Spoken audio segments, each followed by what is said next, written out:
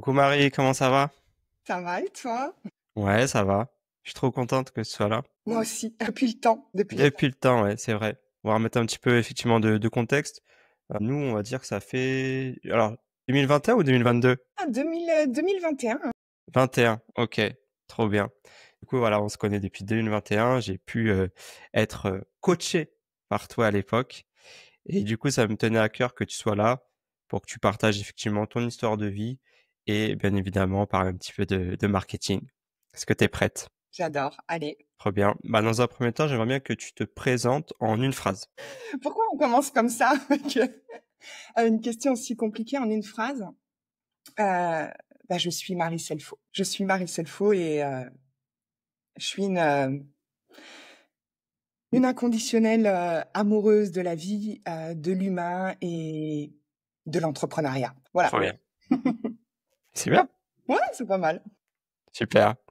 Ce que j'aime bien faire à chaque début de podcast, c'est un petit peu comprendre l'environnement dans lequel tu as pu vivre étant plus jeune. Donc voilà, l'idée c'est d'un petit peu de connaître la Marie quand elle était petite et notamment le parcours scolaire que tu as pu avoir. Ok. Uniquement perso sur ce point-là? Comme tu veux, t'es libre. Alors, moi, je fais partie d'une famille, on va dire une famille modeste. J'ai vraiment grandi, sans personnalité, de l'entrepreneuriat, enfin voilà, moi mon papa venait, de Sicile, ma maman venait de Sicile. Ils sont venus ici, quand ils étaient très, très jeunes, hein. Ils devaient avoir 5 ou 8 ans, je crois.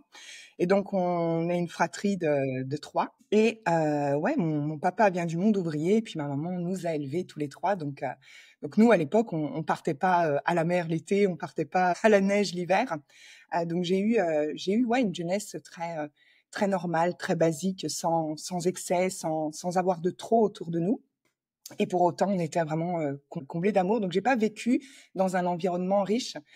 C'est quelque chose d'important que j'aime bien rappeler parce que quand on voit aujourd'hui mon entreprise, on a toujours tendance à se dire oui, certaines personnes ont des avantages à la base.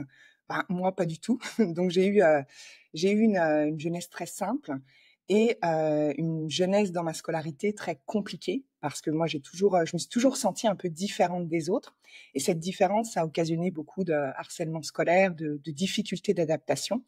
Donc, je suis pas restée très longtemps à l'école. J'ai eu mon brevet des collèges, mais je suis partie en première. En fait, en première, j'ai arrêté le lycée pour entrer dans le monde du travail parce que, pardon, parce que à l'époque, j'étais considérée un petit peu comme trop déjà, trop bavarde, trop inadaptable au système scolaire, et c'était quelque chose qui était devenu vraiment un poids. Et j'ai eu la chance d'avoir des parents qui m'ont énormément soutenue et ma mère qui a tout de suite dit: «OK, on arrête. Si c'est quelque chose qui te convient pas, on arrête et on trouvera autre chose». Donc ça a été vraiment, quelque chose qui a dirigé beaucoup ma vie, cette impression de pas être à ma place, en fait, de pas suivre le système, enfin, le parcours scolaire classique, de pas avoir mon bac à une époque où, moi je le rappelle, j'ai 40 ans, hein, donc il y a de ça une vingtaine d'années, 25 ans, le bac était important. C'était un peu, le graal, on va dire, dans le parcours scolaire. Donc il y a déjà toute une jeunesse qui s'est construite, autour du fait de je suis pas vraiment comme les autres et je suis pas vraiment,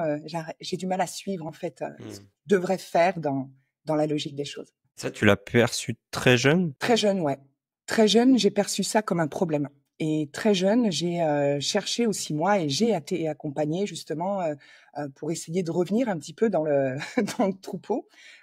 Toute cette partie-là a occasionné, et c'est assez intéressant, hein, parce qu'a posteriori c'est intéressant de s'en souvenir, mais moi, c'est ce qui a déclenché notamment tous mes troubles alimentaires. Alors, je sais pas si j'en ai déjà parlé ici ou ailleurs, mais moi, pendant 20, non, pas 20 ans, mais 15 bonnes années, tout ça a déclenché en fait des troubles alimentaires, de l'hyperphagie nocturne. Alors, encore une fois, un trouble alimentaire qui est pas commun. On Hmm. connaît la boulimie, on connaît l'anorexie, on connaît aussi l'hyperphagie, mais l'hyperphagie nocturne est une déviance un petit peu des troubles alimentaires qui s'expriment exclusivement la nuit, donc pour lequel on n'a vraiment aucune main parce que du coup, moi, je contrôlais la journée, j'avais une vie normale, hein, pas de troubles alimentaires la journée, mais il s'exprimait en fait la nuit. Donc ça a été quasiment impossible à traiter puisque j'étais pas consciente pendant les crises. Parce que souvent dans les problèmes alimentaires, on appelle à la conscience, on appelle à tout ça, et donc ça a été l'une des conséquences en fait de tout ce mal-être en fait, pendant ma jeunesse de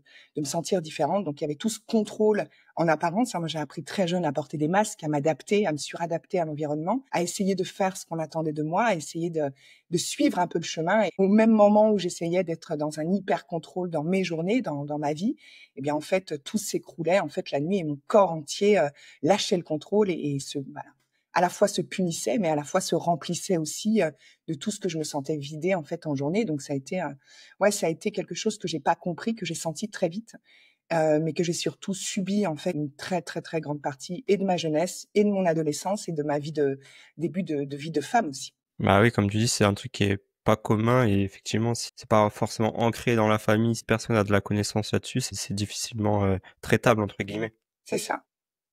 Ok, donc on va dire première étape de vie assez compliquée puisque quand même le parcours scolaire a un énorme impact finalement, peut avoir un énorme impact sur notre vie.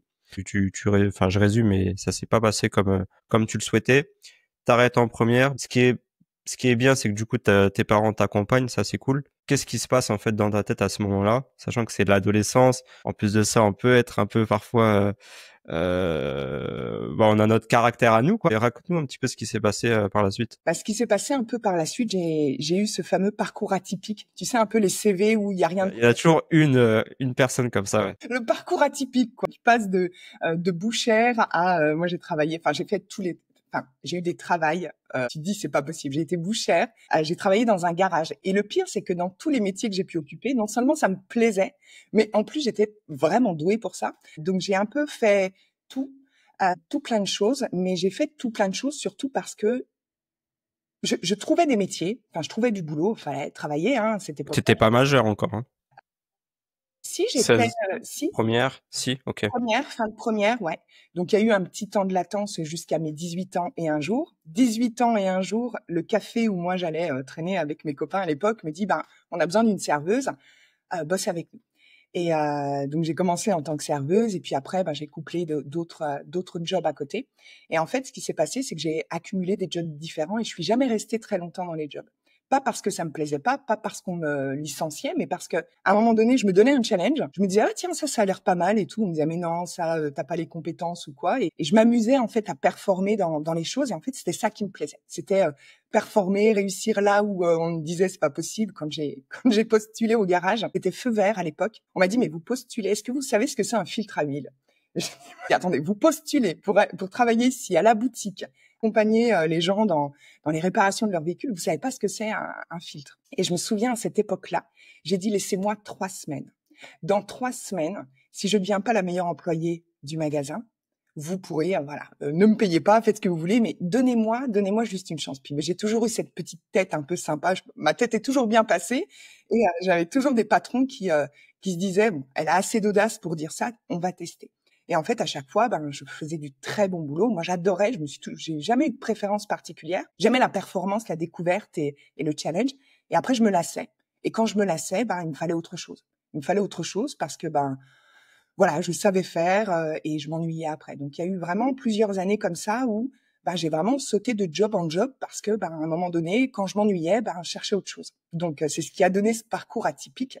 Donc encore une fois, pas comme les autres. À chaque entretien, c'était une impression de ne pas être fiable en fait, d'avoir un parcours complètement décousu. Et c'est souvent ce que ça renvoie. Hein. On valorise rarement le fait de tiens, vous avez suivi ce qui vous inspirait. Non, c'est quand même bizarre. Ça change tous les ans. Il y a des parcours complètement différents. Vous savez pas ce que vous voulez. Et en fait, si, vous savez très bien ce que je voulais, c'était vivre une intensité dans la découverte des métiers que je faisais en fait. Ça a été quoi pour toi la grande différence entre le monde scolaire et justement la vie entrepreneuriale? Enfin, pas entrepreneuriale, salariale, pardon. Ça a été plus de liberté. Alors tu m'as dit quoi, la différence entre? Entre ta vie salariale Ouais. et la vie à l'école. Ça a été plus de liberté et plus de responsabilité. J'avais vraiment cette impression en fait à l'école de pas pouvoir m'exprimer à chaque fois que parce que moi j'ai toujours eu quelque chose à dire, hein, vraiment celle qui avait toujours quelque chose à dire, et j'avais vraiment cette sensation d'être bridée en fait, qu'il fallait ne pas parler quand on nous disait de pas parler, et j'avais toujours quelque chose à dire quand il fallait pas parler, et c'était vraiment cette pression de en fait ce cadre hyper rigide hyper fermé dans lequel tout ce qui est différent finalement est un problème. Et moi j'étais un problème à l'école. J'étais un problème parce que je parlais, j'étais un problème parce que je réussissais alors que je donnais l'impression de pas travailler. Donc on prenait ça pour de l'arrogance alors que j'avais des capacités, j'avais des très bonnes capacités. Et quand j'ai quitté l'école, ce qu'il faut dire, c'est que j'avais une excellente moyenne. Et c'est ça le pire. C'est pour ça aussi que c'était compliqué pour moi parce qu'on avait l'impression que je me fichais du monde et puis c'était difficile de me coincer entre guillemets parce que j'avais des très bonnes notes. Donc il y a vraiment eu cette différence-là de me sentir comme waouh, je peux faire plein de trucs en fait. je peux rigoler, je peux être douée, je peux performer et puis j'emmenais toujours dans mes métiers, c'était ce qui était vraiment apprécié de mes employeurs, c'est que j'emmenais toujours de l'innovation, j'avais toujours des bonnes idées, je voyais toujours un truc à changer qui était bon pour l'entreprise en fait. Donc il y a eu ce truc qui était hyper puissant pour moi, c'était j'avais l'impression que pour la première fois on valorisait le fait que j'ai des idées différentes et que ces idées différentes en plus d'être valorisées, elles apportaient quelque chose de vraiment bon en fait.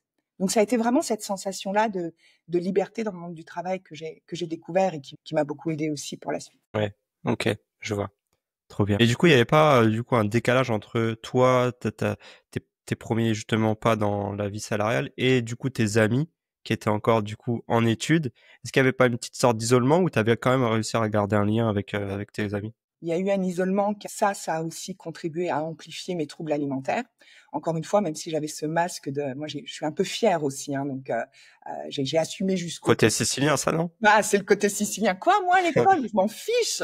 Moi, je suis contente d'être au travail. Ma vie est géniale et il y a encore cette capacité à me suradapter et à jamais montrer en fait, à jamais montrer mes erreurs, à jamais montrer mes doutes, mes peurs. Et j'ai beaucoup souffert de ça en fait parce que tu sais, au début, j'allais voir mes copains à l'arrêt de bus, mais moi, j'étais plus à l'école. Donc les premiers jours, c'était cool, ils étaient contents. Et puis après, il y avait plein d'histoires que moi, j'arrivais plus à suivre en fait. Tiens, elle s'est mise avec lui, il s'est passé ça et en fait, j'étais à l'écart en fait et petit à petit, j'ai plus été invitée, j'ai plus été concernée et ça c'est quelque chose qui m'a fait souffrir parce que je me suis sentie, tu vois, il y a vraiment eu ce truc de j'ai suivi ce qui était bon pour moi, j'arrivais à être bien dans un endroit et pourtant j'avais l'impression d'être rejetée parce que oui, pourquoi célébrer des examens alors que moi j'ai pas passé d'examen, j'étais un peu la pièce rapportée donc moi je l'ai vraiment mal vécu. Alors est-ce que dans la vérité j'ai été rejetée? Avec le recul, je pense pas. Mais moi, je me suis vraiment sentie, en fait, encore une fois, en décalage. Et il y a eu ce truc qui était très présent à l'époque, vraiment en moi, hein, j'en ai jamais parlé à mes parents ou qui que ce soit, mais il y avait cet échec quand même, parce que je voyais les autres évoluer, choisir leur fac, choisir leurs études. Et il y a une part de moi qui voulait aussi à l'époque être en fac, sur un campus, avec des chambres, avec des colocs. Enfin, il y avait ce petit rêve aussi, tu sais, un petit peu comme dans les écoles américaines. Et ouais, ça c'est quelque chose qui m'a suivi pendant un sacré moment de me dire je suis en échec en fait. Je suis en échec, alors je tenais la face en disant c'est génial, j'ai de l'argent, j'invitais mes copains, enfin j'ai pu acheter ma première voiture avec mon père qui m'a aidé un petit peu, mais il y avait toujours ce goût en fait où j'ai fait une connerie et voilà et c'est comme ça et je m'en suis je m'en suis beaucoup voulu jusqu'à pas très longtemps hein. Jusqu'à pas très très longtemps j'ai vraiment vu ma jeunesse en fait comme un échec. Je regrette, j'aurais pu avoir une autre vie si j'avais suivi le groupe, si j'étais restée avec les autres. Donc ça a commencé à... Ok. Je, je vais faire un parallèle. Après, encore une fois, tu es libre de répondre ou pas, mais c'est intéressant ce que tu dis. Et du coup, je me pose la question, puisque toi, tu as un enfant qui est assez grand maintenant, un ado, 15 ans. 15 ans. Ben justement, c'est quoi ta position par rapport à ça? On est en plein dedans. Très honnêtement, on est en plein dedans et je crois que cette discussion, je l'ai déjà eue il y a même pas 15 jours, enfin même pas 10 jours quand j'étais au Maroc. Mon fils est un peu comme moi. Mon fils est déjà quelqu'un c'est un peu déjà un geek de base. Donc, donc il est c'est quelqu'un qui aime être seul. C'est pas quelqu'un qui a une bande d'amis. Enfin, c'est pas son délire. Lui, il aime ses copains. Il joue à Rocket League. Il est très très bon dans ça. Il code. C'est un passionné d'informatique. Donc, l'école a jamais été quelque chose pour lui de passionnant. Ça a été même toujours très compliqué. Enfin, ça a toujours été très compliqué. Et puis dernièrement, on a eu cette discussion parce que j'ai vraiment vu qu'il commençait un peu à dépérir, à prendre du poids, à être de plus en plus fatigué. Et j'ai vraiment vu qu'il y avait quand même quelque chose de plus que simplement j'aime pas l'école. C'est compliqué, un jeune aujourd'hui, il va pas dire, enfin j'ai rarement vu des jeunes dire ah j'adore l'école, c'est génial. Alors, Mmh. les jeunes de base, ils veulent être libres, ils veulent être très grands pour avoir leur appart, leur vie, la liberté, voilà ça. Mais Nathan, c'est plus que ça. Et donc dernièrement, il y a eu cette conversation de l'absentéisme parce que ben voilà, du coup il s'en rend malade, il s'en rend vraiment véritablement malade. Donc il y a eu des absences multipliées cette année, il y a eu des tas de choses que je vois qui commencent vraiment à l'affecter. Donc il y a eu cette dualité en moi de me dire il faut qu'il y aille parce que la société, il faut les diplômes, c'est comme ça qu'on est reconnu parce que j'ai mon propre parcours, mes propres Ah oui. traumas à moi de vous avez le bac? Non. Vous voulez passer un concours? Ben, il faut le bac pour passer ce concours et il y a toutes ces embûches que moi j'ai eu énormément de difficultés à traverser.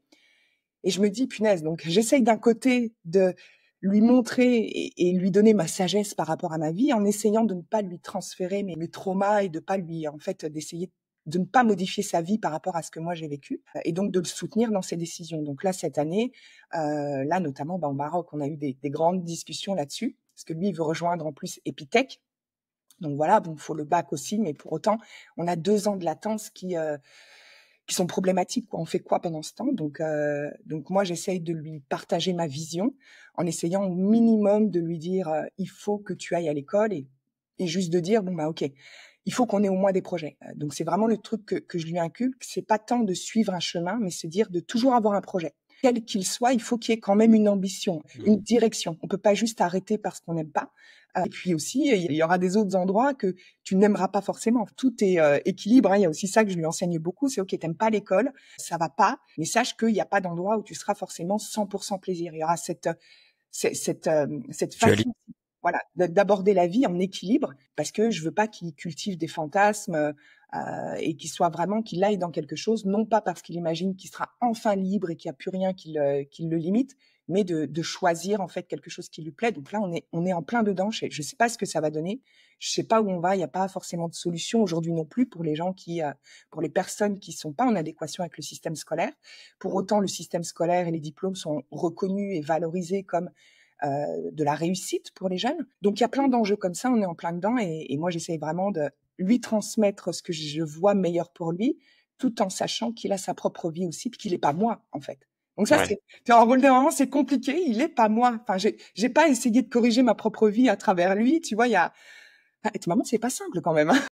Et tu as tous les mérites du monde. C'est pour ça que je souhaitais aborder ça, parce que ça va faire suite aussi dans la suite du podcast. Parce que voilà, si on en revient un petit peu à ta situation, donc tu multiplies les emplois, diverses. Donc tu as parlé de boucherie, tu as parlé de garagiste. Voilà. Combien de temps cette période ça dure? Et voilà, qu'est-ce qui se passe de bien comme de pas bien durant toute cette transition, on va dire? Je pense que globalement, j'ai adoré cette période. J'ai adoré cette période parce que j'ai vraiment suivi avec toute l'insouciance qui me caractérise ce dont j'avais envie. C'est-à-dire que j'étais serveuse, après j'ai été serveuse en boîte de nuit, la plus belle. Enfin voilà, le monde de la nuit a toujours été un monde que j'adore, donc c'était génial. En même temps, j'avais 2 jobs, donc je bossais dans le garage aussi. Je gagnais de l'argent. Enfin voilà, j'ai globalement, on va dire, c'était quand même une période qui était hyper agréable parce que j'avais pas de responsabilité par effet de Tu vivais contrainte. encore chez tes parents? Je Mmh. vivais chez mes parents, donc j'avais vraiment cette liberté. Puis moi, j'avais des parents qui étaient quand même bon, un père qui savait pas tout, mais une mère qui me couvrait, on va dire très largement. Donc ça a été quand même une belle époque d'expérience, d'erreurs, d'expériences, de rencontres. Une période où moi aussi je me suis cherchée. J'ai fréquenté des groupes aussi dans lesquels j'ai essayé de m'adapter. Parce que j'avais déjà quitté un système. Donc ça a été toute une période où je me cherchais, où j'ai fait des expériences, pas toujours voilà, on va pas rentrer dans les détails là-dessus, mais ouais, c'était une période où je dirais insouciance, prise de risque et où je me suis beaucoup cherchée. Ça a duré jusqu'à, ouais, ça a duré 2 ans comme ça, 2 ans à faire un petit peu tout, à être, voilà, à prendre des décisions un peu folles, à trouver des jobs, à arrêter des jobs, jusqu'à une première conversation qui a été le début d'un nouveau parcours. J'étais au café où je bosse et je bossais pas l'après-midi, je buvais un café avec un autre copain et qui était à l'époque gendarme. Et il racontait un peu comme quoi la gendarmerie c'est difficile, c'est très l'aspect militaire. Puis il était là en train de raconter toute la difficulté. Puis je me souviens à l'époque, je dis c'est bon, rajoute-en pas non plus, c'est pas si compliqué que ça. Vous faites du sport et tout. Et il me dit je te verrai bien, vas-y. Si c'est pas si compliqué, passe déjà au moins le concours, tu verras à quel point c'est compliqué. Le truc à pas me dire. J'ai dit ok, je vais passer le concours et j'ai trouvé que c'est pas si compliqué que ça. Puis c'est parti d'un délire comme ça et je me suis inscrite au concours et j'ai réussi le concours. Et après, une fois le concours réussi, la première chose que je me suis dit, c'est waouh, je vais enfin faire quelque chose de bien. Parce que il y a tout ce côté valorisant autour de l'aspect militaire. Moi, j'ai une famille qui est aussi voilà, mon frère travaille à la BRI, mon beau-frère était dans le parcours militaire. Enfin voilà, donc je me suis dit waouh, c'est l'occasion de plus être le mouton noir de la famille et waouh, je remonte dans le droit chemin. Pourquoi pas? Et j'ai fait l'école de la gendarmerie et j'ai excellé, j'ai fini dans les trois premières. Donc j'ai prouvé à mon pote à l'époque que c'était pas si compliqué que ça et qu'on pouvait y arriver alors que j'étais nulle en sport. Hein. Je déteste le sport et ouais, ça a été l'un des premiers gros virages parce que c'était plus que simplement un job que je pouvais quitter, quoi. Après, on rentre dans quelque chose d'autre. Ce que j'allais te dire, justement, là, tu rentres dans un nouveau cadre. Tu avais le cadre scolaire et là, tu rentres dans un cadre, du coup, militaire. Comment tu arrives à accueillir tout ça, là? J'accueille pas, je pleure. Je Ok. pleure. Premier jour, moi, j'arrive. Imagine-toi, hein, moi, j'étais à cet âge-là, j'étais pas la bimbo, mais Quoi, 20, 22, 21? ouais, dans la vingtaine. Moi, je me maquillais, je faisais attention à mes cheveux, je mettais des talons et je suis arrivée là-bas. On m'a dit pas de maquillage, pas de coiffure, faut mettre le filet, tu sais, faut pas que les cheveux dépassent. Moi, le rapport à l'autorité, ça a été hyper difficile. Et donc, au début, je faisais un peu ma maline, hein, tu sais, quand on est mal à l'aise, on fait le clown. Et donc, j'ai beaucoup fait le clown et puis on m'a bien cadré, en fait. Et je me souviens, à cette époque-là, j'appelais mon frère, qui lui était policier déjà. Et j'appelais mon frère le soir sous la couverture et je pleurais. Je dis, mais je veux rentrer. Je veux rentrer à la maison. Je peux pas rester là et tout. Ils sont complètement fous. Moi, je vais mourir, en fait. Et je souffrais, en fait, de cette autorité-là. Pour moi, c'était extrêmement violent. Et donc, il me dit, attends, tu vas voir. Ils écrèment la promotion et tu vas voir. Après, ils vont être plus cool. Et ça a été un peu l'entrechoc avec une forme d'autorité, mais une forme d'autorité qui était l'autorité militaire n'a rien à voir avec l'autorité scolaire. Donc c'est une forme d'autorité, l'aspect militaire qui est juste parce qu'il nous emmène à avoir du respect par nous-mêmes dans la façon de nous respecter. Enfin voilà, ça a été un premier rapport avec une autre forme d'autorité. Ça a changé ma vie. Ça a changé ma vie parce que quand j'ai commencé à voir les choses différemment par rapport à ce rapport à l'autorité, c'est honnêtement la meilleure partie de ma vie en fait. L'école militaire a été vraiment m'a emmené déjà en fait à me rencontrer dans ma force, mais pas ma force, celle que je simulais ou celle que je démontrais, ma force dans mon esprit. Parce que ça m'a emmené tout ce que moi je recherchais à travers mes métiers, le dépassement, la nouveauté, la pluralité de choses à faire, puisqu'on faisait tellement de choses, on étudiait, on faisait des gardes, on faisait du tir, on faisait des missions, donc c'était hyper varié. Donc je me suis vraiment rencontrée sous une autre forme. Et j'ai vu en fait que dans cet endroit-là, tout mon passé n'existait pas. On s'en foutait que j'avais arrêté l'école. On s'en foutait de tout en fait. Tout ce qu'on voyait, c'était ce que je faisais au moment où je le faisais. C'était ça qui était reconnu, qui était mis en avant. Et là, j'ai connu une nouvelle facette de moi, et ça a été vraiment game changer pour moi cette période-là. Ça a duré combien de temps, du coup? L'école a duré quelques mois. Alors ça fait maintenant un bout de temps, hein, quelques mois. Et puis après, j'ai eu mon affectation du côté de Lyon. Donc, on va dire au total 2 ans. Ok. Et ça se passe comment, du coup, on va dire, ton premier job en tant que gendarme? Génial. Génial. Alors, hormis le fait de la commune dans laquelle j'étais, qui était vraiment perdue, en tant que première de promotion, dans les 3 premières, on pouvait choisir l'affectation. Et moi, à l'époque, je voulais l'endroit le plus craignos. J'étais un peu pareil, l'envie du danger. Je me souviens avoir dit à mon capitaine, faut me donner l'endroit le plus pourri de France, où il y a le plus de problèmes. J'ai envie d'aller chercher le danger. Et puis, je regardais des séries policières à l'époque. Donc, voilà, tu vois, j'étais un peu dans ce délire-là. Et une fois sur place, j'étais à Saint-Symphorien-sur-Coise. Donc déjà, rien que le nom te donne l'idée de l'endroit. Perdu. Perdu dans la campagne, à rien, tu vois, genre une brigade où on fait des barbecues le dimanche. Donc j'ai eu la chance d'avoir un capitaine ici, un chef qui était un peu jeune d'esprit aussi, puis qui m'emmenait faire pas mal de missions. Donc ça a été, ça a été une belle expérience. J'ai beaucoup aimé déjà ce milieu d'hommes. J'ai beaucoup aimé la puissance derrière l'uniforme aussi. j'ai beaucoup aimé ce métier-là et j'ai beaucoup aimé la mentalité des militaires, en fait. Il y a toute une mentalité derrière qui est ultra puissante. La première fois qu'on est parti en intervention et qu'il faisait -10 dehors et qu'on était en petits chaussons à l'époque, c'était pas les uniformes d'aujourd'hui, hein, c'était les petites chaussures noires lustrées.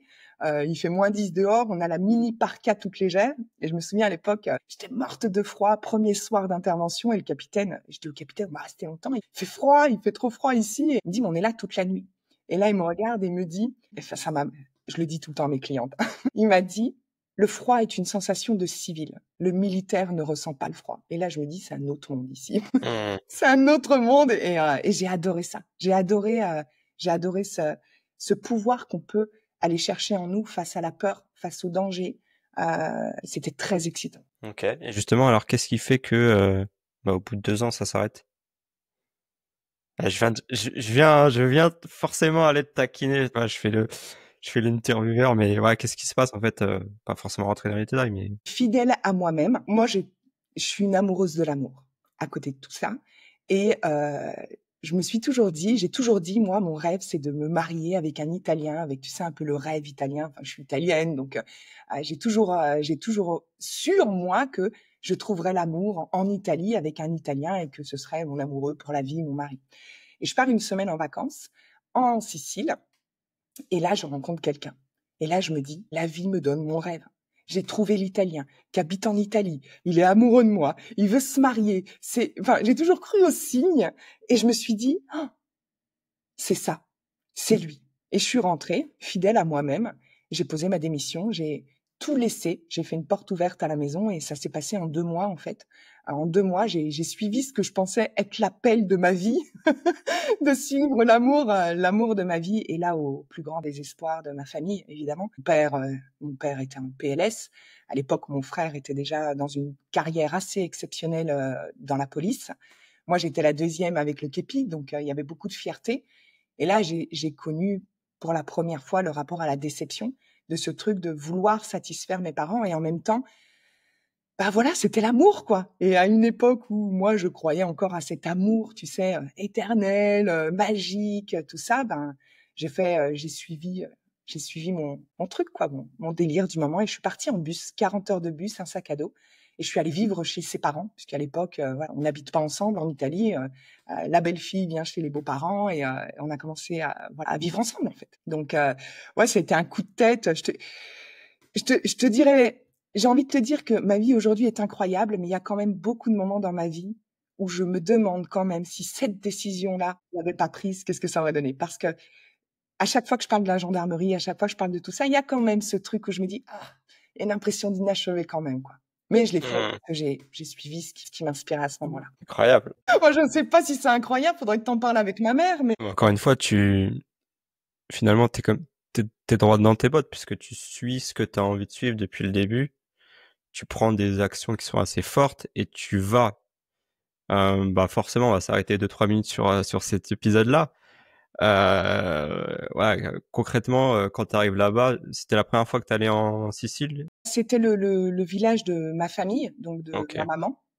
Donc j'avais une tante qui était là-bas, mais voilà, c'était une autre vie. Puis il faut pas oublier que c'était à une autre époque aussi. Hein. C'était vraiment à une autre époque. Faut pas voir l'Italie, la Sicile comme elle est aujourd'hui. Hein.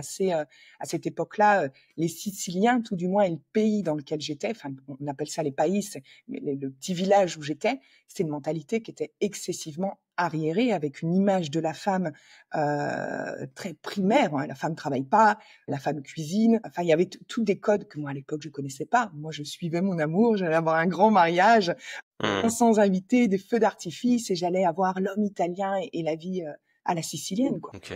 Tu nous fais du coup la conclusion de cet épisode-là? Ah bah, désillusion totale, quoi. Ok, et tu t'en rends compte au bout de combien de temps? Je m'en rends compte au bout de très tôt, en fait. Très tôt, quand j'ai commencé à voir que ce que j'étais moi, ça allait pas là-bas.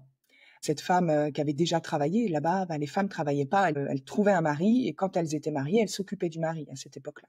Donc moi, j'arrivais un peu féministe, donc déjà j'ai été mal vue. Ce qu'il faut pas oublier, c'est qu'à cette époque-là, nous en France, avec ma famille, on était les Italiens, mais en Italie, on était les Français. Moi, je restais la Française avec toute l'image autour de la Française. Donc, je revis encore ce truc de Oh, putain, je suis pas assez pour être ici, quoi. Donc j'étais différente. Et ce que j'étais, on a essayé de le changer parce qu'il fallait. Moi, j'aimais sortir seule, mais à cette époque-là, on sortait pas seule, en fait. Les gens se disaient, mais qu'est-ce qu'elle va faire toute seule? Pourquoi elle sort toute seule? Où elle va? Qui elle voit? Donc il y avait tout ce truc, c'est le côté militaire en moi de femme un peu féministe, tu sais. On se dit waouh. Puis il fallait cuisiner, et puis tu fais toutes les tâches ménagères à une époque où moi je sortais encore de la gendarmerie. J'avais été autonome financièrement, j'avais mon appart, j'arrive dans un truc où je me retrouve à être projetée dans une dimension où tu as l'impression d'être en 1740, quoi. Donc ouais, ça a été compliqué, et évidemment on est rentrés tous les deux en France. Je l'ai convaincu à l'époque de rentrer en France parce que c'était pas une vie pour nous là-bas et qu'il y avait des possibilités en France plus grandes. Donc on est rentrés. Ok, mais du coup, ouais, t'étais quand même encore avec lui alors. Ouais, ouais, il m'a suivi. Moi je rentrais et il m'a suivi. Donc on est Il y revenu. avait quand même de l'amour dans tout ça. C'était vraiment l'endroit qui était pas adéquat à votre style de vie, quoi. Ça marche. Ok. On va avancer peut-être un petit peu dans le temps. Euh, à partir de quand, voilà, l'univers, on va dire, de l'entrepreneuriat vient à toi, ou comment ça se passe un petit peu ces prémices? Alors je reviens, je travaille en France et je trouve, avance rapide, un super job. Donc entre-temps, j'ai repris des petites études pour me remettre à niveau dans la société, avoir le niveau bac. Et je trouve un job qui est génial, avec des responsabilités. Donc je travaille en tant que référente bancaire, bras droit d'un dirigeant d'une entreprise. Donc j'ai un très bon salaire, un très bon job, et je suis un peu le lien entre le dirigeant et les salariés, pour les intérêts du dirigeant. Pas pour les salariés, mais j'étais un peu cet entre-deux, et c'était faire expandre l'entreprise d'un point de vue de la communication, du marketing et de la relation client et employé. Et en fait, un voyage en Thaïlande me fait prendre conscience, enfin pour faire encore une fois avance rapide, mais que ce que je faisais moi, en fait, j'étais très douée pour emmener les intérêts de l'entreprise très haut. C'est-à-dire que le développement de l'activité, j'adorais ça, j'étais très douée, mais c'était au détriment des employés. Ils n'étaient pas pris en compte, il y avait beaucoup de souffrance, et moi je devais être celle qui les fait performer pour pouvoir servir les intérêts du dirigeant. Et je commence à être fatiguée parce que c'est un job où je bosse 40 heures, enfin plus de 40 heures semaine, je bosse du lundi au dimanche, j'ai énormément de responsabilités, un très bon salaire, mais j'ai plus de vie, en fait, j'ai plus de vie. Je bosse, je bosse, je bosse, et épuisement, je pars en Thaïlande. Et en Thaïlande, je me rencontre, et je me rends compte qu'en fait, je suis en train de faire de la merde. Je suis en train de, oui, servir des dirigeants, mais au détriment de qui? Et là, en fait, je change de camp. Je change de camp et je me dis, en fait, je veux plus servir les dirigeants. Je pense que c'est pas de cette façon-là qu'on peut emmener à pérenniser les choses et à les faire grandir. On peut le faire sans que ce soit au détriment des employés. Donc, j'ai changé de camp. Et donc, c'est là que j'ai décidé, en fait, de quitter mon entreprise, enfin l'entreprise dans laquelle j'étais, pour me dire, je vais créer quelque chose où cette fois, je serai du côté des salariés pour pouvoir faire expandre les entreprises. Et donc, ça a été vraiment le déclic pour moi, parce que même en essayant d'emmener ce discours dans l'entreprise où j'étais en tant que salarié, ça passait pas, en fait. Donc, je me suis dit, qu'est-ce que je fais de ma vie? Qui je veux être? C'est là que je me suis posé les premières questions. Putain, c'est ça que je veux faire dans ma vie, c'est comme ça que je veux mener ma vie, à m'épuiser, à faire pour de la croissance au détriment des gens et tout. Et c'est là que vraiment je me suis dit, qu'est-ce que moi je peux faire? Qu'est-ce que j'ai envie de faire? Et j'avais envie de faire du bien, j'avais envie de rendre les gens heureux, j'avais envie de les voir heureux. Et ça a été le premier déclic, en fait, qui a fait que j'ai dit stop. Et la seule opportunité que j'ai vue à ce stade-là, c'est de me dire, c'est bon, je peux trouver un énième endroit où je pourrais faire ça, où je peux créer mon endroit à moi, parce que maintenant c'est bon, j'ai fait différents jobs, je vois toujours qu'il y a un truc qui, soit moi je peux pas emmener les choses au bout, soit j'ai les mains liées, enfin j'ai pas le pouvoir ultime de pouvoir emmener mes idées, ce que je pense, ma vérité jusqu'au bout. Alors j'ai dit, je vais faire mon entreprise, je vais créer mon entreprise. Et moi j'ai commencé en fait auprès des grandes entreprises dans l'amélioration de la qualité de vie au travail, évidemment. Donc Ok. j'ai été pour des grandes entreprises comme Thermodine, voilà, ArcelorMittal, des grandes entreprises industrielles notamment, où c'était de résorber un peu le turnover pour tout ça. Donc ça a été ce moment-là où je crée mon entreprise, parce qu'avec la multitude de jobs que j'ai fait, je me rends compte que je peux pas aller au bout de qui je suis, et de servir ce que je voulais, d'être dans le camp en fait de celle qui fait bouger les choses, mais de manière intègre et sans que ce soit au détriment des gens. Donc ça a été vraiment le moment de revirement du salariat à l'entrepreneuriat. Donc j'aime bien le dire, il n'y a pas eu de notion de comment je peux être riche ou comment je peux être libre financièrement. C'est comment je peux être libre moi, de pouvoir emmener ce que j'ai envie d'emmener sans qu'il y ait quelqu'un au-dessus de moi qui me dise non, ça on ne le fait pas. Donc ça a été vraiment ce truc de, enfin, je veux avoir le pouvoir de décision en fait sur ce que je veux faire. OK. Ouais, c'était déjà bien ancré en toi, tu avais cette envie et c'est même cette vision, cette mission même, si on peut appeler Ouais. ça, d'aider les autres. Trop bien. Est-ce que du quand même en parallèle de ça, switcher du salariat à l'entrepreneuriat, ça t'a fait peur ou pas du tout parce que tu étais convaincu que c'était cette voie-là? Ça m'a fait peur parce que j'ai jamais fantasmé l'entrepreneuriat. C'est-à-dire que dès le départ, moi j'ai commencé en tant que sophrologue, hein, donc j'accompagnais dans l'amélioration de la qualité de vie au travail. Donc moi je suis quelqu'un, je sors de l'aspect militaire, j'ai eu des postes à responsabilité, donc je réfléchis toujours et je me renseigne de l'endroit où je vais. Donc là je m'étais renseignée. Les chiffres que j'ai vus étaient assez exceptionnels, c'est-à-dire que à l'époque où moi j'ai commencé il y a 4 ans, les sophrologues, au niveau du marché, vendaient leurs prestations qui étaient de l'ordre de prestations à l'heure, qui étaient au maximum dans la ville où j'étais de 40 €. Les chiffres démontraient que c'était extrêmement difficile en tant que sophrologue de pouvoir vivre de son activité. Donc je savais déjà ça. Je savais que c'était compliqué. À l'époque, ce que j'ai très vite fait, ça a été dans les 2 mois suivant la création de mon activité, c'est que j'ai dit: «OK, je peux pas rester sur, de l'individuel, en fait. Faut que j'aille taper les entreprises. Si je veux, vraiment pouvoir tenir mon entreprise et la développer, faut que j'ai aussi des contrats auprès des entreprises et pas seulement auprès des personnes, lambda, des particuliers qui vivaient, en fait, du burn-out, et qui étaient en burn-out, en difficulté, par rapport à leur métier. Donc tout de suite, très vite, j'ai été objective sur l'état du marché. Et tout de suite, j'ai pris des bonnes décisions, hein. Je pense que maintenant, avec le recul, ça a été des Mmh. bonnes décisions de varier en fait mes prestations très très tôt. Donc ça a été, j'étais consciente dès le départ que je m'engageais pas sur un endroit facile, tout en sachant que moi, dans mon ancien job, j'avais et le salaire, la voiture, la reconnaissance, et puis j'avais toutes les cases qui pour une réussite a priori noble et géniale à l'époque. Donc ça a été, j'ai eu peur, évidemment que j'ai eu peur. Mais je savais où j'allais et je savais pourquoi j'y allais en fait. Donc il y avait beaucoup de sens derrière ma décision et ce sens-là m'a permis d'accepter en fait que ça va être compliqué nécessairement. OK. Et tu t'es fait accompagner à ce moment-là ou pas spécialement? Alors, pas spécialement. Moi, je connaissais pas ce monde, hein, Instagram, accompagnement Mmh. business. Moi, je savais pas que ça existait, hein. Moi, j'étais un peu, arriérée dans mon esprit. Je connaissais pas les réseaux sociaux déjà de base.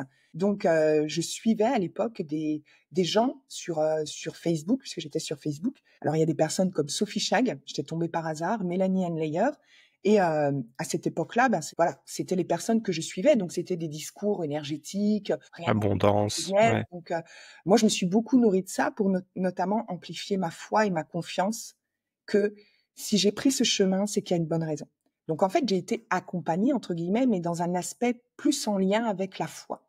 La foi, les possibles et tout ce qui peut finalement être associé au rêve. Donc ça a été vraiment le début, les premiers mois, j'étais exclusivement en fait au contact de personnes comme ça et j'ai pris des choses chez ces personnes-là. J'ai jamais en fait cherché une solution business, c'était plus une solution de comment moi je vais avoir besoin de tenir ma foi en fait.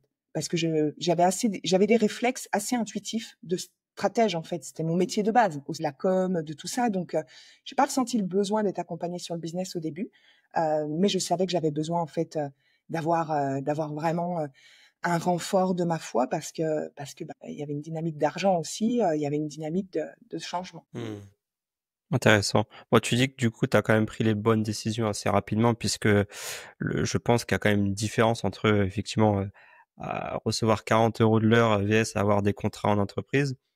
Combien de temps ça dure et à partir de quand finalement il y a un peu ce switch de changement de niche, si on peut appeler ça comme ça? Ça dure plus ou moins à peu près 1 an dans les faits, visibles, un peu avant, parce qu'au bout de 6 mois, mon entreprise avait déjà généré 100 000 € et donc déjà avec les clients que j'avais, que j'accompagnais exclusivement sur, la conscience de soi, la connaissance de soi, mon corps de métier en fait, avec ces clients de proximité, et bien j'avais aussi une posture d'accompagnante aussi business. Mes clients étaient des entrepreneurs, ils sont arrivés naturellement à moi. Donc là, j'ai commencé à aborder des questions business et à accompagner en coulisses. Et je me suis rendu compte qu'en fait, j'étais plutôt douée aussi pour analyser les entreprises des autres, avoir cette capacité à transférer le bon sens que moi j'avais naturellement et des stratégies très intuitives qui matchaient bien, quoi. Et donc, ça s'est fait naturellement en coulisses. Je l'ai pas cherché, ça me plaisait en fait. Et je me suis dit, bah pourquoi pas emmener ça aussi. Et donc, il n'y a pas eu de avant, après, ou je fais ça maintenant, je fais plus. C'est que naturellement, j'ai commencé à en parler plus. J'ai parlé d'ambition, j'ai parlé de réussite, j'ai parlé de mes chiffres. J'ai commencé à parler business et en fait, il n'y a pas eu un changement intentionnel de je me pose et je change de positionnement. Plus, c'est naturel. J'en parlais en coulisses, maintenant j'en parle comme ça. Donc ça s'est vraiment fait de manière très naturelle dans mon évolution déjà avec ma propre entreprise. C'est vrai que ce qui est fort avec toi, c'est pour moi il y a deux volets. C'est l'aspect aussi storytelling où t'as toujours, enfin c'est mon point de vue, hein, mais t'as toujours partagé, que ce soit ton histoire de vie, mais aussi bah, les coulisses de ton entreprise, chose à l'époque qui n'était pas forcément à l'ordre du jour.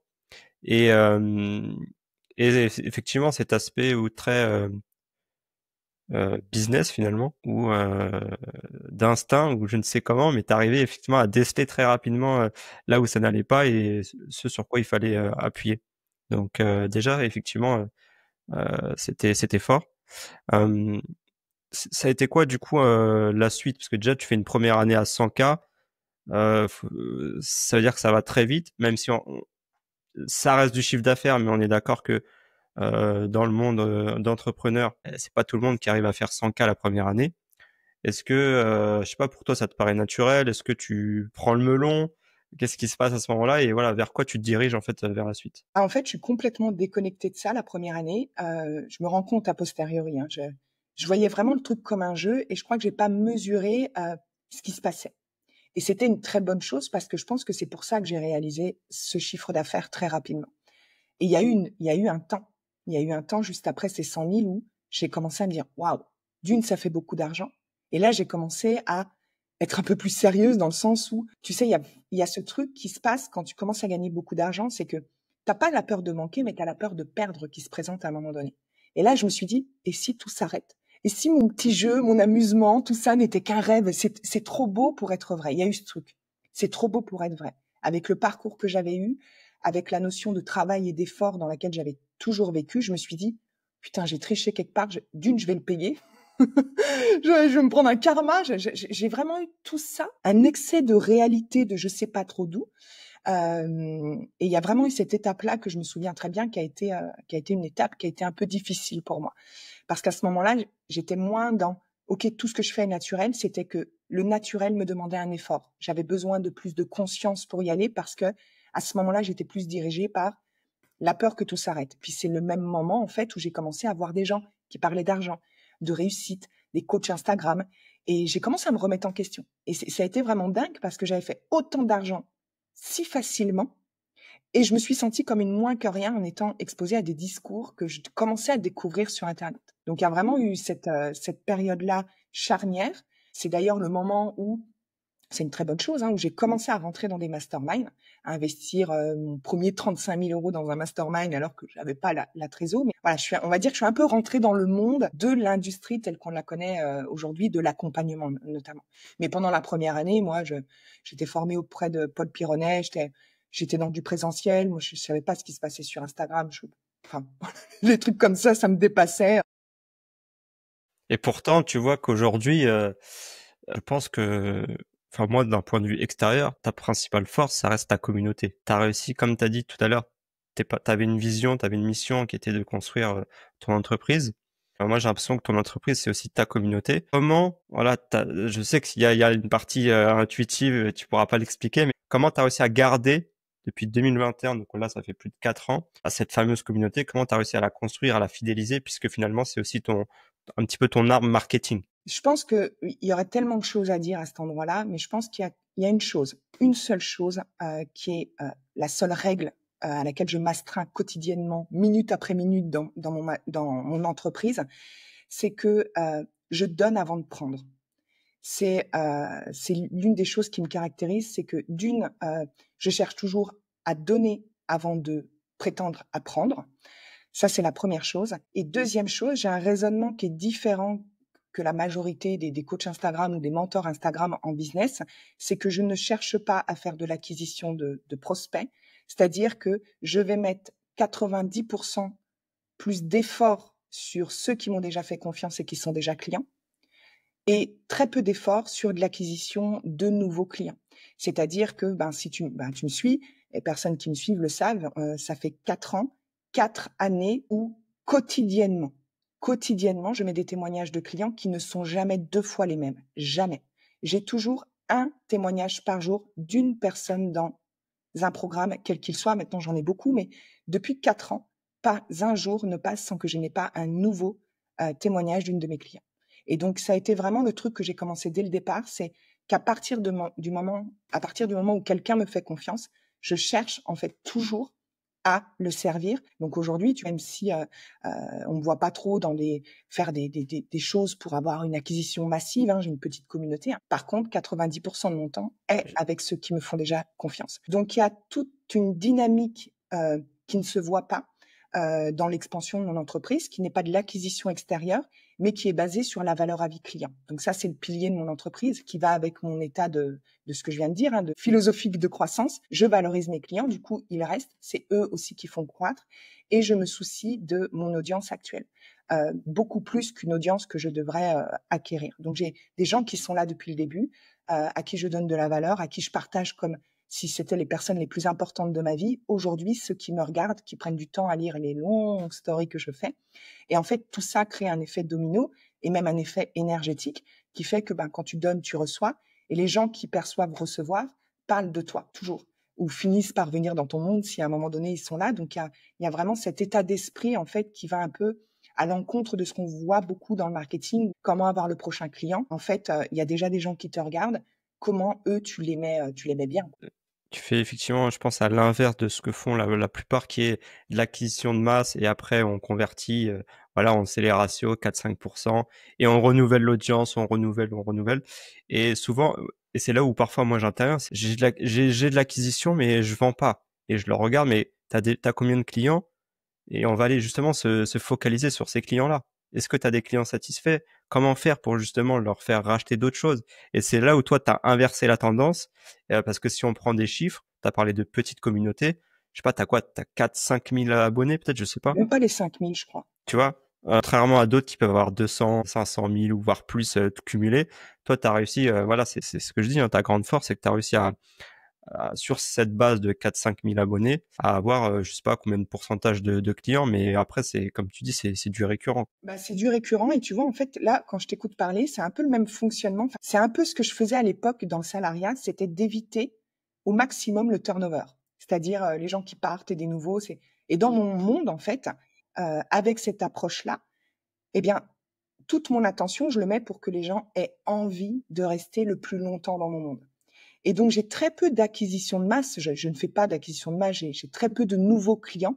Mais ces clients, la valeur à vie client est énorme. C'est-à-dire qu'elle est stratosphérique dans mon monde. Elle est le panier moyen d'une personne dans mon monde est stratosphérique. Ça, c'est, je veux dire, en principe, les personnes prennent au minimum entre 4 et 12 programmes chez moi. Il y a quand même un haut du panier sur 4 ans, qui est quand même à presque une valeur à vie client, enfin un panier moyen d'environ 10 000 euros chez moi sur une durée de 4 années, quoi. Ce qui est énorme. En principe, une personne qui rentre sur un petit programme, il y a une prédictibilité de entre 3 et 6 programmes dans l'année qui suit. Donc, maintenant, j'ai assez de recul pour voir la récurrence et pouvoir me baser, en fait, dessus. Donc, de mettre tous mes efforts sur ne serait-ce qu'un client qui va acheter une offre à 66 euros, parce que cette personne-là, potentiellement, elle va être amenée à, voilà, évoluer aussi dans mon monde. Donc, je fais l'inverse. Moi, je mise pas tous mes efforts et je suis pas la meilleure en marketing visible. C'est-à-dire, j'ai pas une image. Mon feed, ça fait 4 ans, j'ai renoncé à le tenir bien parce que c'est tout le temps à l'arrache. J'ai pas ces codes extérieurs. Par contre, j'ai une rigueur et des normes de qualité quand les gens rentrent dans mon monde qui fait que déjà par rapport au marché, j'ai cet avantage concurrentiel que déjà, là où la majorité font du bon marketing mais ont des accompagnements médiocres ou parfois même inexistants, moi je vais prendre en fait la chose inverse, c'est-à-dire que je vais vraiment mettre toute mon énergie et mon attention plus dans ce que je livre pour mes clients que dans ce que je montre. Donc, tu vois, de l'extérieur, enfin, c'est pas clinquant, mais par contre, en coulisses, il y a une qualité et des normes de qualité auxquelles je m'instreins qui sont extraordinaires, en fait. Incroyable. Et oui, parce que ça va vraiment à contre-courant de ce qu'on peut voir aujourd'hui. Donc C'est aussi pour ça que je souhaitais t'avoir parce que c'est un autre discours et ça montre aussi qu'il y a plusieurs voies, encore une fois, entre guillemets, de parvenir à ses fins. Et ce que tu m'as dit, ça me fait aussi rebondir un petit peu à ce dont on parlait tout à l'heure. La fameuse Marie qui quitte l'école, qui perd un petit peu son milieu. Tu parlais d'isolement tout à l'heure. Et la Marie d'aujourd'hui, qui justement a, je sais pas combien de clients, peut-être 200, 300 clientes maintenant, je sais pas combien, Cours, de manière cumulée. là, on a dépassé les 1300 en cumulé sur les 4 dernières années. Donc tu vois, c'est fou. Euh, comment, qu'est-ce que ça te fait finalement de te dire, t'as réussi à construire un monde où les gens te comprennent, où il y a plus ce décalage, tu vois, comme t'as pu avoir dans le passé. Alors, c'est faux. Ah ouais, Si, j'ai il y a un de la rôle. nuance, ouais. Mon entreprise me permet d'être comprise, appréciée et valorisée pour qui je suis auprès de ma cliente. En revanche, je te mentirais si je te disais que je ressens pas encore quand même ce décalage par rapport à l'industrie dans laquelle j'évolue. Et si je suis complètement honnête avec toi, il y a eu une crise il y a pas longtemps, en fin d'année, une grosse crise pour moi, qui a été le moment où j'ai atteint le fameux million cumulé sur les 4 dernières années. Et à ce moment-là, en fait, j'ai vraiment vécu un moment où je me suis dit, enfin, ça a été très vite, hein, ce qui s'est passé, c'est que maintenant que tu as fait le million, tu peux plus faire comme avant. Tu dois être comme ça, tu dois faire comme ça. Tu sais, toutes ces normes qu'il y a des entrepreneurs Oui, parce que visionnaires, tu vois. t'as fait ça encore une fois sans équipe, hein. Sans Faut équipe, le j'ai rappeler. pas d'assistante, j'ai pas d'équipe, j'ai pas de freelance, je suis toute seule en fait. Et donc il y a vraiment eu ce moment où je me suis dit, ok, quand les gens font le million, ils deviennent des sortes de personnes, tu sais, photos, images. Enfin, il y a toute cette exposition de richesse. Et moi, tu vois, je veux dire, c'est pas que tu me jetterais des sous si tu me vois marcher dans la rue, mais je te donne un exemple. Moi, on est allé dans un hôtel 5 étoiles à Lyon en rentrant. Le mec est venu, enfin, le chauffeur est venu nous chercher avec des parapluies. J'étais en survêt, en survêt Adidas avec mon sac qui stack et je me suis dit, waouh. Mais en fait, j'ai eu ce moment où je me suis dit, en fait, c'est pas assez maintenant. Qui tu es ne suffit plus. Maintenant que tu as atteint le million, tu dois être autre chose. C'est un peu toutes ces normes qui viennent de l'extérieur. Et ça m'a fait rendre compte aussi que, ok, j'ai atteint ça, mais en fait, je suis pas comme les autres encore. Et j'ai pas envie d'avoir ce truc où tu arrives à un moment donné où la richesse prime, où le chiffre d'affaires prime, où ton chiffre d'affaires devient un levier commercial. Ça n'a jamais été le cas pour moi. Jamais je n'ai utilisé mon chiffre d'affaires comme un levier commercial pour vendre. C'est ce dont je suis le plus fière. Et ça a été toutes ces questions-là de, bah maintenant, j'ai atteint ça, qui je suis censée être, qu'est-ce que je Quelle est la devrais être, suite? et la suite, et c'est ça la question. Et maintenant? Et ça a été, waouh, hyper effrayant parce que j'avais pas de référentiel. J'avais plus de référentiel. J'avais avancé tête baissée, j'ai créé mon truc, et maintenant? Et ce qui a été le plus dur, c'est continuer à être encore plus Marie. Et c'est là que c'est revenu, tu sais, un petit peu les anciennes charges. Mais Marie, tu sais, est-ce que c'est suffisant? Donc ça a été vraiment une fin d'année où j'ai eu besoin de me reconnecter encore plus fort à moi parce que ben il y avait tellement de choses où on me disait ben non mais maintenant il faut que tu fasses ça, maintenant il faut que tu triples tes prix, maintenant il faut que tu fasses une offre, que tu la scales, que tu. Et en fait j'ai dit putain mais moi je veux juste continuer à faire ce que j'aime, à parler. Je veux juste continuer en fait à parler, à être avec les gens et tous les jours recevoir des messages de gens. Et moi je veux me coucher le soir en me disant ben aujourd'hui ça valait le coup parce qu'il y a une personne qui va s'endormir en pensant à une phrase que j'ai dit. Tu vois, encore ce matin, j'ai partagé un message dans ma story où il y a quelqu'un qui dit merci d'impacter ma vie comme ça. Et je me dis, putain, mais si c'est pas la chose la plus, qui nous rend le plus vivant que de dire, bah, quelqu'un s'endort, quelqu'un pense à moi en se disant, bah, Marie a changé ma vie à un endroit. Et donc ça a été toutes les dualités de fin d'année. Après le maintenant, c'est quoi? Et ça demande de revenir toujours encore à soi. C'est, on va dire, très, très humble de ta part et bravo à toi. De toute façon, la vie est faite de perpétuels questionnements. Mais si on doit vraiment faire un recul entre la Marie dont on a écouté tout à l'heure et la Marie d'aujourd'hui, est-ce que quand même tu es fier de toi, de tout ce que tu as pu accomplir? Complètement. Il n'y a pas de notion forcément de fierté, parce que la fierté va aussi dans le rééquilibrage des perceptions. La fierté peut emmener d'autres choses derrière. Je pense que j'ai mis de l'amour partout. J'ai mis de l'amour sur mon histoire, j'ai mis de l'amour sur moi, j'ai mis de l'amour sur mes peurs, j'ai mis de l'amour sur mes hontes.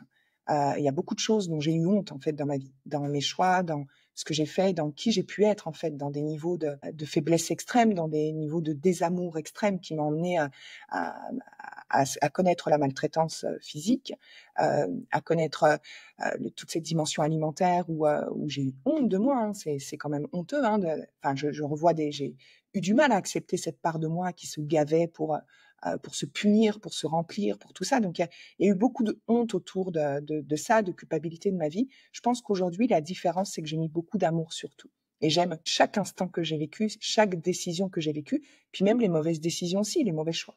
Et je pense que la vraie différence, c'est ça entre Marie du départ et Marie d'aujourd'hui, parce que aujourd'hui, avant d'attendre que les autres me reconnaissent moi, je me reconnais moi. Et ça a vraiment été l'entrepreneuriat qui m'a permis de comprendre ça, qui m'a permis de le vivre et qui m'a permis d'y accéder aussi. C'est chaque jour en train d'entreprendre, de devoir dire ma vérité, de montrer qui je suis. Et aujourd'hui, ce dont je suis le plus heureuse, c'est que j'ai plus de masque. Je suis moi dans celle qui est amour, mais celle qui bosse aussi business is business, donc qui aime gagner de l'argent. Je suis tout ça. Et ça, c'est ça que j'aime le plus aujourd'hui pour ma vie et pour mon entreprise. Et tu le fais avec le sourire. Ah oui, c'est ce que tu... Je dis des super blagues des fois. Hein. Franchement, Parfois, t'es drôle. Parfois, alors je cache encore cette partie-là, mais j'ai un humour qui est assez extraordinaire quand même quand vous rentrez dans mon monde. Ça, je peux que confirmer. Trop bien, trop bien. Je suis content d'avoir pu moi-même découvrir des facettes de toi. On va terminer sur un petit jeu entre guillemets.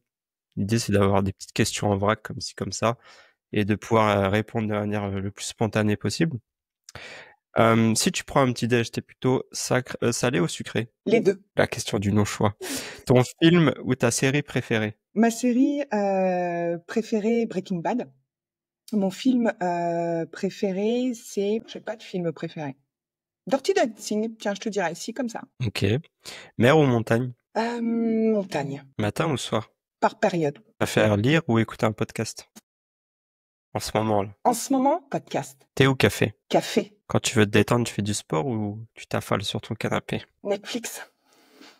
Coupable. Ouais, mais t'as le droit, pas de jugement ici. Tu préfères travailler dans le silence ou avec de la musique? Avec de la musique. Organisé ou freestyle? Ouah, un freestyle organisé. Le classique, j'ai l'impression ici. 1 million cash maintenant ou 10 000 euros par mois à vie? 1 million d'euros cash maintenant. Et demain aussi. Et dans 10 ans aussi.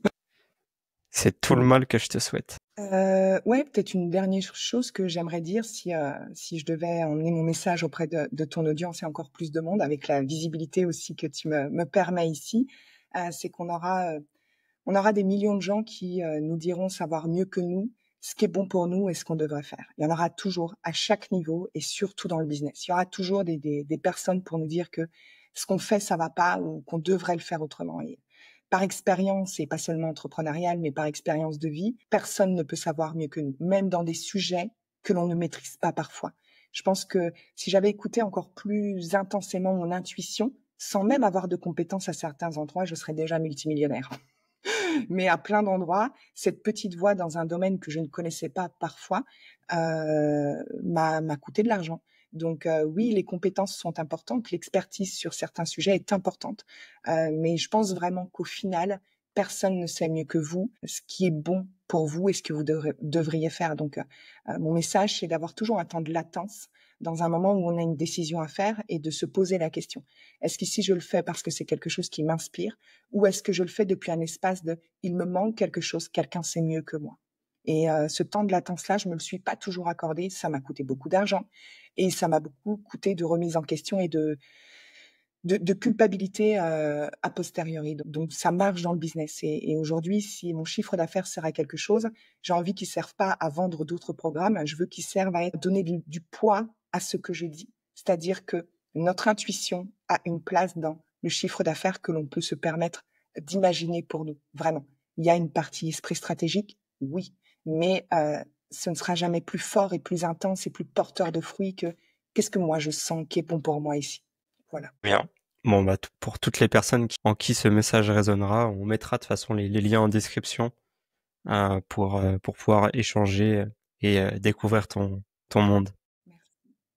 Un grand merci à toi. Merci à toi pour cette opportunité-là. Merci beaucoup. Et puis, bah, je te souhaite tout le meilleur du monde. Merci, À bientôt Marie. à bientôt. Ciao.